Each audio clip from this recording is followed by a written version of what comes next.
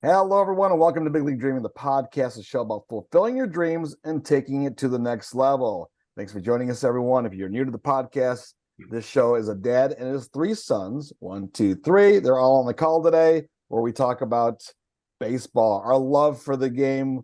We will interview some people along the way. We might do a short here or there, put up a video, whatever. We're always talking baseball. Hopefully, you find something entertaining or informative. Most of all, we just want you to join our little conversation. It's like we're in the backyard at a bonfire in the middle of summer, just talking about the game. Let's introduce you to all of the players. Well, former players, I guess you could say. Son number one is Zach Gonzalez. Zach, how you doing? Doing well, doing good. Good to be number one. You are number one today. Son number two is Ty. Ty, how you doing? I'm doing awesome. Glad we have another episode with all four of us. We've had the last few episodes, all four of us are on, and I'm really enjoying that we can all come together and talk some baseball.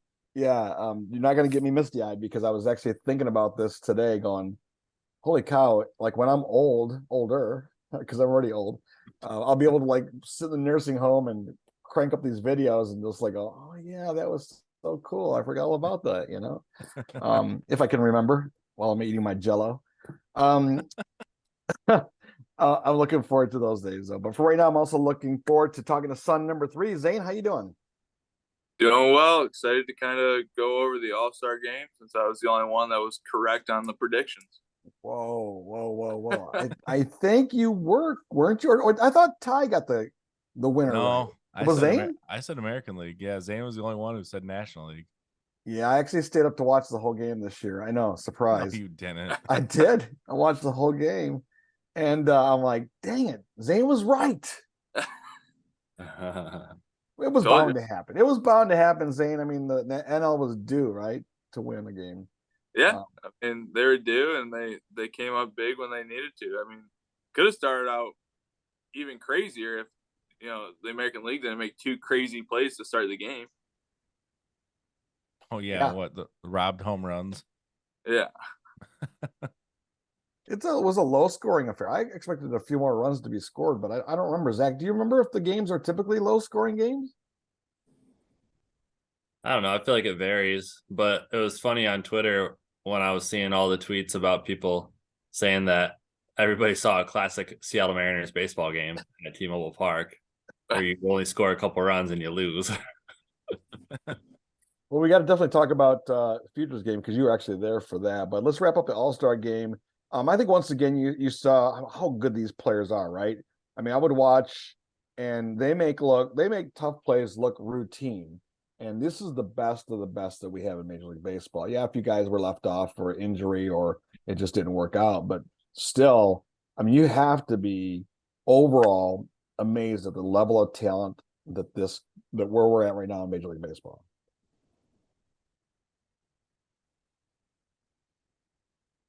Everyone's nodding their head yes, so that means good. I just said something important. No, it's true though, right? Zane, you would say that, wouldn't you agree? Yeah, I mean the All-Star game is. I mean, you were talking about the score and how it was pretty low scoring. I mean, you got the best pitchers in the entire world up there, so I mean it's surprising, but it's not surprising with how good pitching is and how far it's come along in the last even 5 years. How good pitchers are getting. It's just crazy to see like how good of talent there is in the world and just seeing them all play.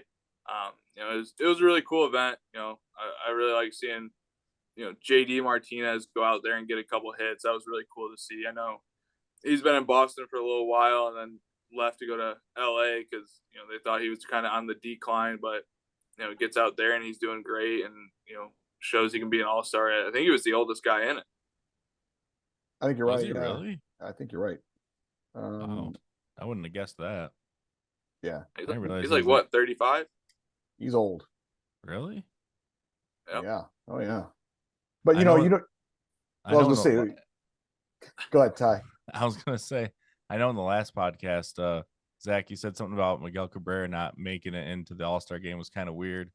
Were there any other players you thought that should have made it in that didn't? Because one that comes to mind for me is Mets pitcher Senga.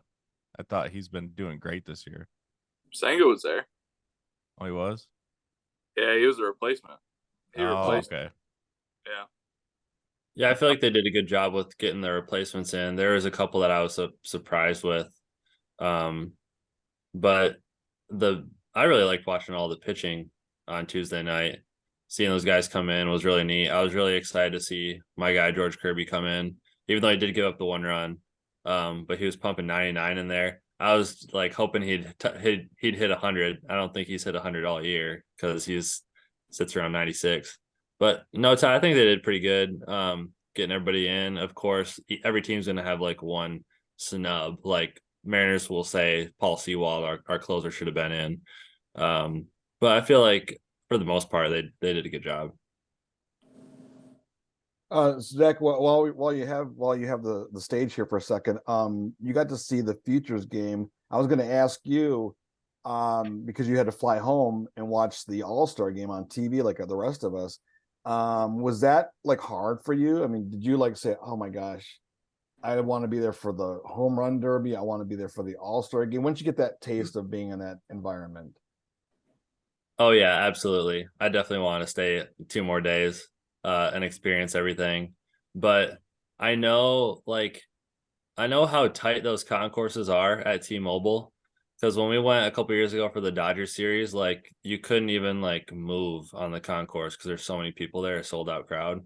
That's one other good thing about the Futures game is that you can like get around. Like it's not sold out. You can kind of move down lower if you want. You can see all the stuff. You're not like packed in with all those people trying to buy a shirt or something, and it takes forever. Yeah, it would have been cool to stay a couple extra days, but I'm glad I was there for the first day of the play ballpark because I feel like it wasn't as crowded yet for that as well because I got there right when it opened. Um, and all the stuff they had inside there was just unbelievable. So many things to do. It was nuts. Coolest moment for you?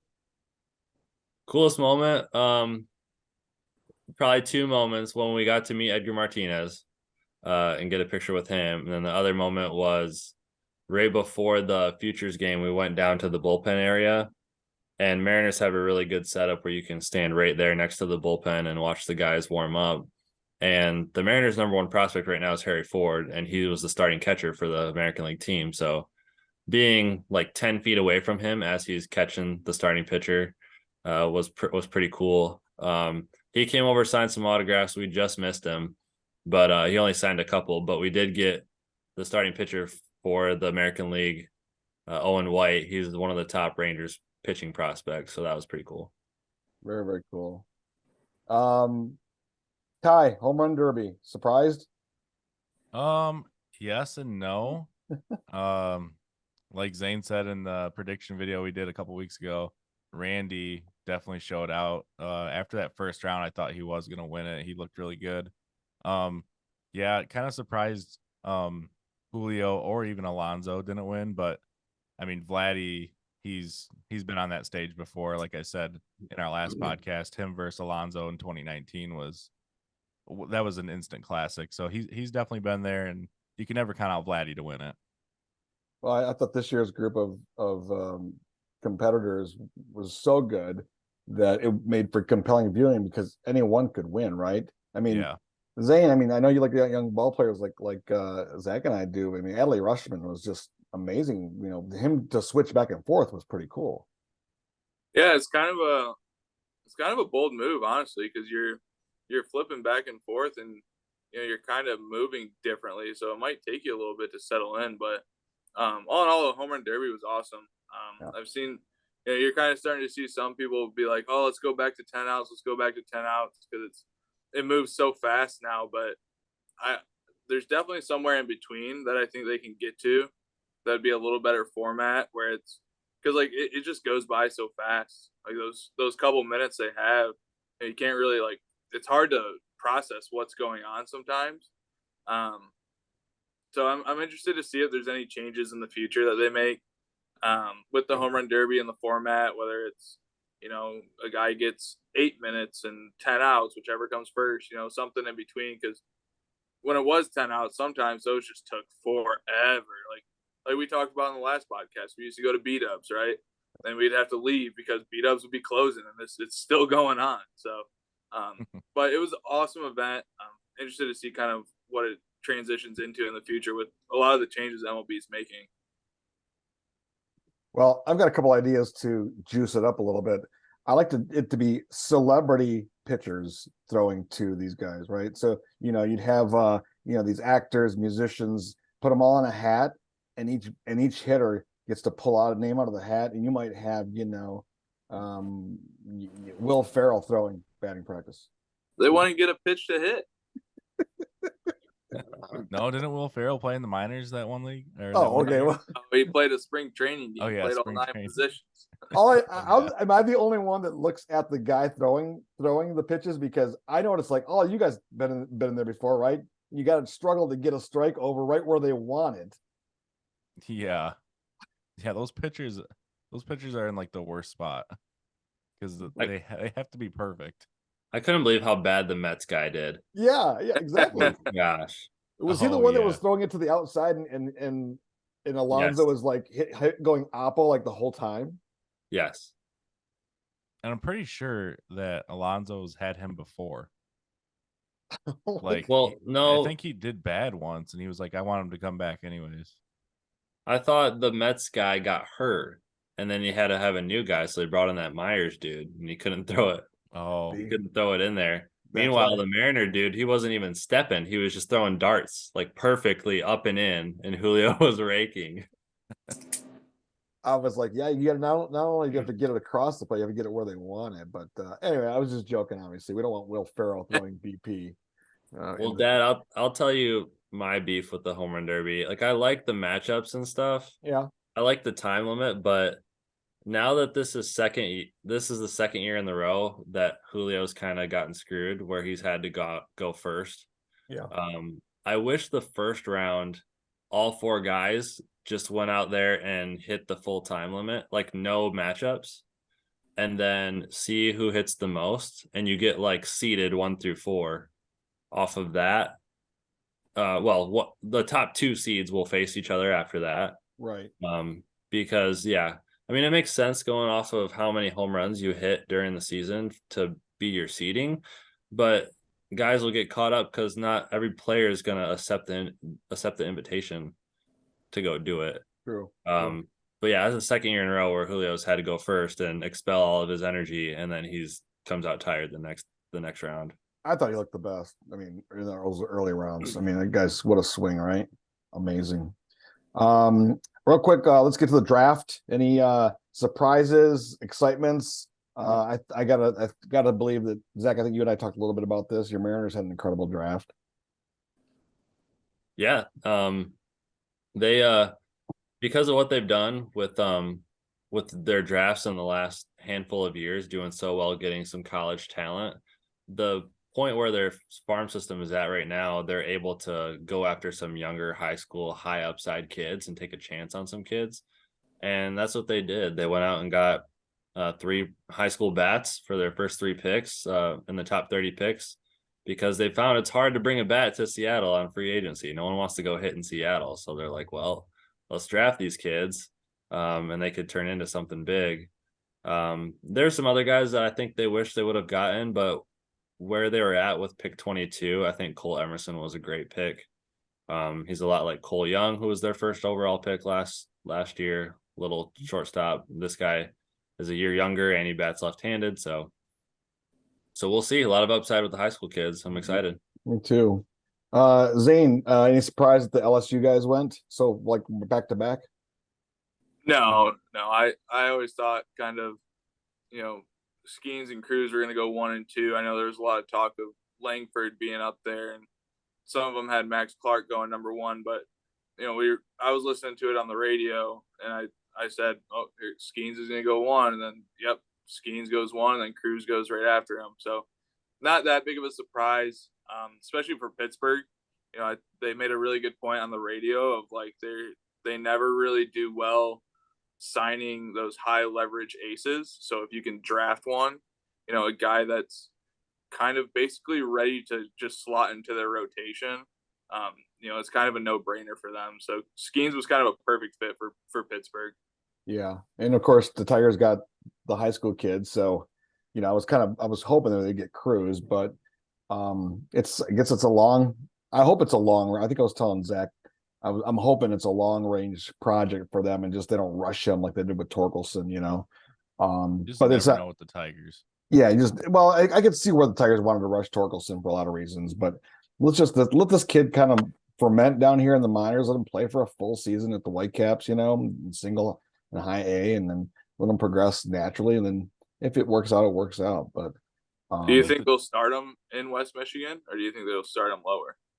I think they'll start. I mean, I think they'll start him lower, but he will be in West Michigan at some point this year, I think.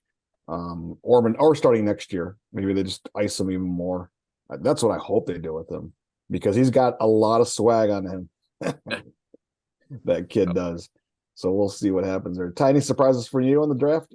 No, I was just gonna mention one thing about the Tigers. I feel like they always have really good prospects, but they never I feel like a lot of them just pan out when they go to a different team.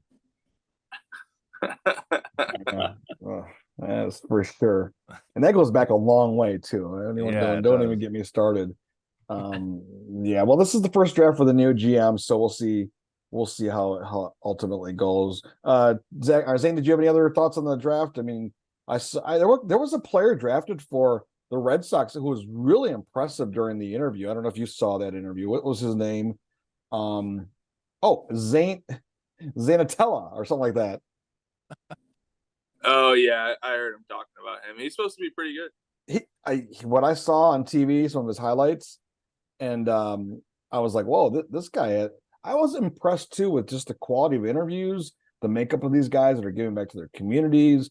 It looks like the MLB is looking for guys that are the complete package, not just some goofball that can hit bombs. Yeah, I'm really excited because the Red Sox took that Kyle Teal kid, the catcher from Virginia. So that was a lot of talk about him, was just kind of his makeup and kind of how he goes about everything. They're comparing him to Jason Varitek, like how he's a big clubhouse guy and is a really good leader, and he's really good behind the plate as well. So you're kind of starting to see the shift a little bit in the MLB draft. You're seeing a lot more college guys be taken, which is really cool because I think you just see them more, right? Yeah. Now, college baseball is starting to be shown a lot more on TV. You see a lot more of it on Twitter. So I think it's a lot more recognition. So I think it's a really cool trend that the draft's kind of going towards. Did you have any players get drafted or players that get drafted this year? I don't think so. Okay. I saw the Tigers just signed a kid from Cumberland that we played against this past year. Saw the Diamondbacks first pick, Tommy Troy. He was in Traverse City when I was coaching in the Northwoods League. And then the A's just called up Zach Geloff. They're going to call him up tomorrow. And he was in Kalamazoo, I want to say in 18 or 19. So he got drafted in 21, I believe. So he's made a pretty quick track up to the big league. So awesome for him. Good kid. Really excited to see kind of what he does. It's the A's, so they can kind of run some dudes out there and see what they have for the future. Yeah, I think the Tigers are playing the A's. Is that what I see? I don't know. I was looking at the 2024 schedule already and planning what games I want to go to see. Zach, have you looked at the schedule already? Because the schedule just came out today. Yeah, of course I looked at the schedule. I bet you did. Yeah, they just came out, right? I think yesterday they announced some of the games that you're going to get, those special games. But today was all the full schedules. Yeah, they announced the international games yesterday, and then the full schedule release was announced today. So I was looking at some of the interleague, national league opponents that the Mariners go to next year. It was like Colorado, Pittsburgh, Dodgers, Cardinals, and Marlins. So a few and Brewers. Yeah, there's a handful of stadiums there that I haven't been to, so maybe I can cross one of those off next year. Well, I'm excited that the Tigers might see. Well, the Dodgers are coming to Comerica, and they haven't been there in a long time. So Freddie Freeman will be there. Maybe Clayton Kershaw if he's still around. So I'm excited about that. What about you, Ty? Did you look at the schedule? Oh yeah, wait. I tried to talk to you about this, right? I Yeah, want we you were to go to talking about it London. earlier. I want you to go to London to see your Yeah, Mets play. Oh, what? yeah. Mets are playing in London in June. I didn't even know about that until you mentioned it earlier when we were hanging out. Now it makes sense. I'm like, what are you talking about? Yeah. Schedules drop. No, I haven't really looked at them yet, but the one I always look at every year is when the Mets come to Wrigley because it's my favorite ballpark and my favorite team. So I got to see when that is. Yeah. How about you, Zane? I I don't know. Not a fan of it because the Red Sox start on like a 10-game West Coast trip, and it's never a good start to the year when the Red Sox got to start out west and go 10 games out there. I think it was like trying to think what year it was. I want to say it was 19 after they won the World Series, and 18 had a crazy good year. Then they had to start the following year as reigning World Series champs with 10 games on the road on the West Coast, and it was just bad. It was really bad. It was a bad year. So hopefully it's a little different, but I don't know. Maybe we're just knocking out those West Coast games early. I hope.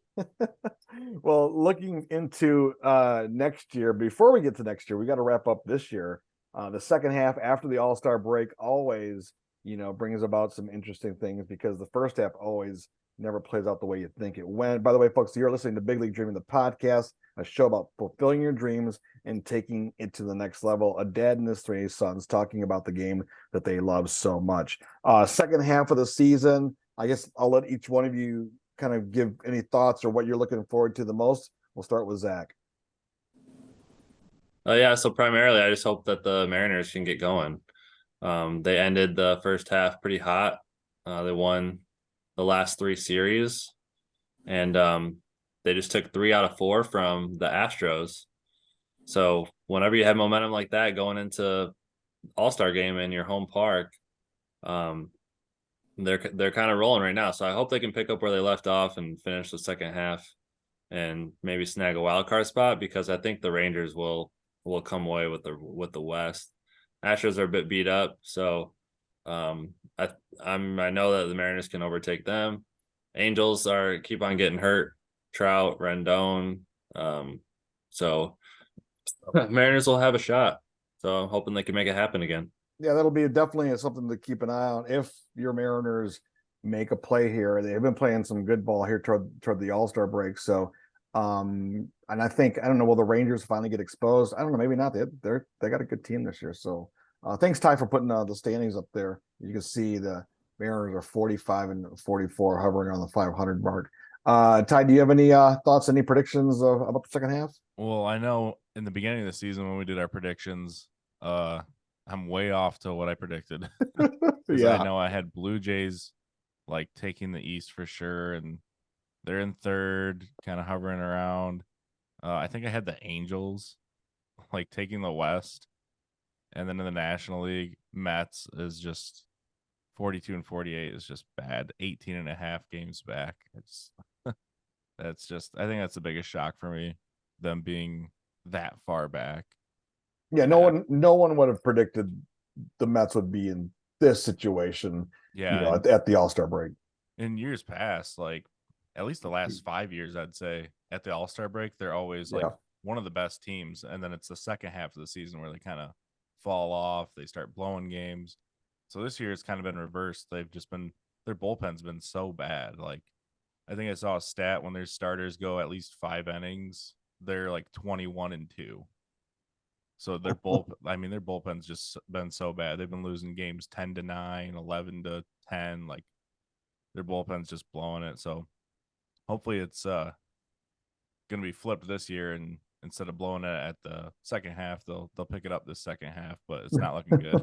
Not looking good. And who would have thought that NL Central, right? Look at the Reds are on top and the Cardinals are dead last. I mean, who would have predicted that?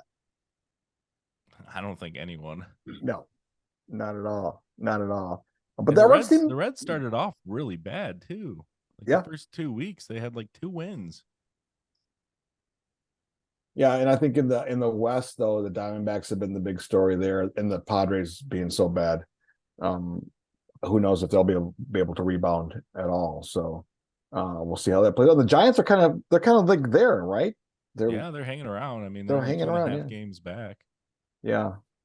Zane, any thoughts about the second half at all? What are you looking forward to, or any surprises for you? I'm really looking forward to kind of the battle in the AL East. You know, who's because like Zach was talking about the Mariners, and getting that wild card spot. I think they're kind of in that mix with the AL East. Like it's just like you look at the standings in the East for the American League, and like every single team's above 500. The Red Sox, as much as I say they're not good, they're still 5 games above 500. Went into the All Star break on a 5-game win streak. I don't think Toronto's gonna be that great down the stretch, but you never know. It's a young core, so they could get a spark and go on a run. But it's going to be really interesting in the AL East to kind of see who gets the wild card, and kind of paired with those teams out west. I mean, the AL Central teams are kind of irrelevant. Sorry, Dad, but it's just the reality of it. Yeah, I just hope my hope for the second half is that in one AL Central team, I don't care if it's the Twins, the Guardians, or even the White Sox. Tigers have no chance, but just some team finish above 500. That's all I care. I would hate, it would be an embarrassment if the winner finishes under 500. They should just automatically just not even go into the postseason. Just say we give up, let the AL East have another team. The thing is, the Tigers are still in it. Yeah, I know. Look, there's only they're 5.5 games back. They're 10 games back of the wild card. They're in the hunt. Oh my gosh, it's so well. They have a better chance of winning the AL Central. I mean, Yeah. The Tigers, they're such a strange team. They could get hot. Riley Green could get hot. Torkelson could get hot. The pitching's actually not bad. Their bullpen's not bad, right? So, and they're playing this weak division, so there's an outside chance they could win it, but it would take a miracle. Look what you guys did. You got his hopes up. Just I mean, a little I bit. mean, the Central is bad, and Tigers are only 5 games back. I said they had no chance, but yeah, then I get excited. You're right.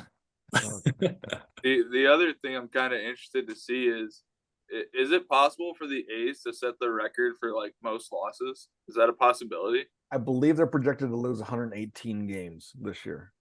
So 2 away from my Mets. 120 is the record.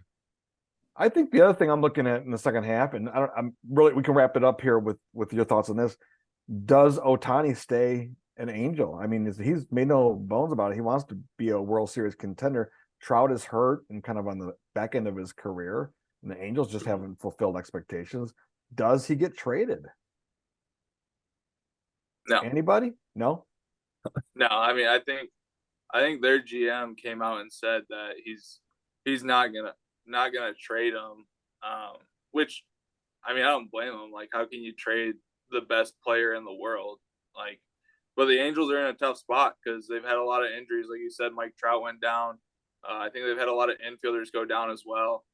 And that's been kind of the talk all year. Is just like if the Angels can get in the playoffs and give Ohtani that taste of the playoffs with the Angels, he might stick around. But I don't know. We'll see. But Zach probably had to be happy when he came out and said that he really liked being in Seattle for the All-Star game. He loved the environment, loved the fans. I'm sure Zach loved hearing that. Oh yeah, the Mariners are gonna make a really hard push for Ohtani this offseason. They came in second in the sweepstakes the first time, just lost to the Angels, so they'll be there. Mariners will be probably top 3, 4, 5 options for Ohtani. He spent some time in Seattle in his off seasons. All the fans were chanting, "Come to Seattle" during the All-Star game. They made him as comfortable as possible, hoping that he would come. And we would be ecstatic to have him. Like, I can't even. Yeah, that would be crazy. I don't think he'll be traded though. I mean, if you trade the best player in the world, is there going to be a team that can come up with a package good enough for him? But then it's like, all right, if the Angels don't trade him and he just walks in December, then it's like you just let the best player ever walk and you got nothing out of it. So it's a tough position to be in. Well, I was going to predict. I think he will be traded, and I don't think he'll go to the Yankees. I think I think Ohtani, that's where everyone thinks, right? If he does get traded, he'll go to or sign with the Yankees because that's the team that has the most money. But I was gonna say I wouldn't be surprised if he went to Seattle. It would not shock me. It would not shock me. It'll shock the baseball world. But I mean, if he gets traded, whoever they trade him to, they would get so much in return. Like, think of all the prospects you would get back for that. For Ohtani, you're getting 2 players in one. Yeah. It's like you're looking at like at least 5 or 6 like top 50 prospects, which is unreal. right. If you even had that to give, like, is there a team that even has that available that they're willing to give up? I doubt the Mariners will trade for him because they're not going to give up all their whole farm system to get him. They might as well just try to go for signing him in the offseason. Yeah, I mean, I think probably the one team that I think probably has the most loaded farm system to probably pull it off would be Cincinnati, maybe. You know, Orioles maybe. Orioles, you know, Mhm. Cincinnati and Baltimore have really, really good farm systems, and like they could say, you know what, we're selling out for this year. We're gonna go for it all. You know, let's try and make that push right now. I don't know about Baltimore. You know, I could because in the AL East, you got to think long term as well. Like, you don't want to handcuff yourself to where 5 years down the road you're back to where you were in the bottom of the AL East. Whereas, you know, Cincinnati, it's like, when's the next time we're going to be in this spot again? We don't know. Yeah, sure. Good point. Good point. Good stuff. Looking forward to the second half of the baseball season. There are probably things that we haven't even thought of that are going to happen. New stars will emerge. People will be called up and all of a sudden go on a tear, right? I mean, there's just so much. There's an injury we don't know about. There's some guy that's 35 years old is going to make his major league debut. You just don't know what's going to happen in the second half, and that's what makes baseball so much fun. Guys, it's good hanging out, and we'll have to do it again, right? Yep. New episode Absolutely. every single week. All right. Sounds good. Ty, can you tell people where to follow our podcast? Yep. You can listen here on YouTube. You can also find us on Spotify, Apple Podcasts, wherever you get your podcasts. Shoot us an email, bigleaguedreaming@gmail.com. We're also on TikTok at Big League Dreaming. And of course, follow us on Twitter. We're most active on there at BLD Pod. That's at BLD POD. Give us a follow. Let's chat baseball. All right. We'll talk to you guys later. Bye.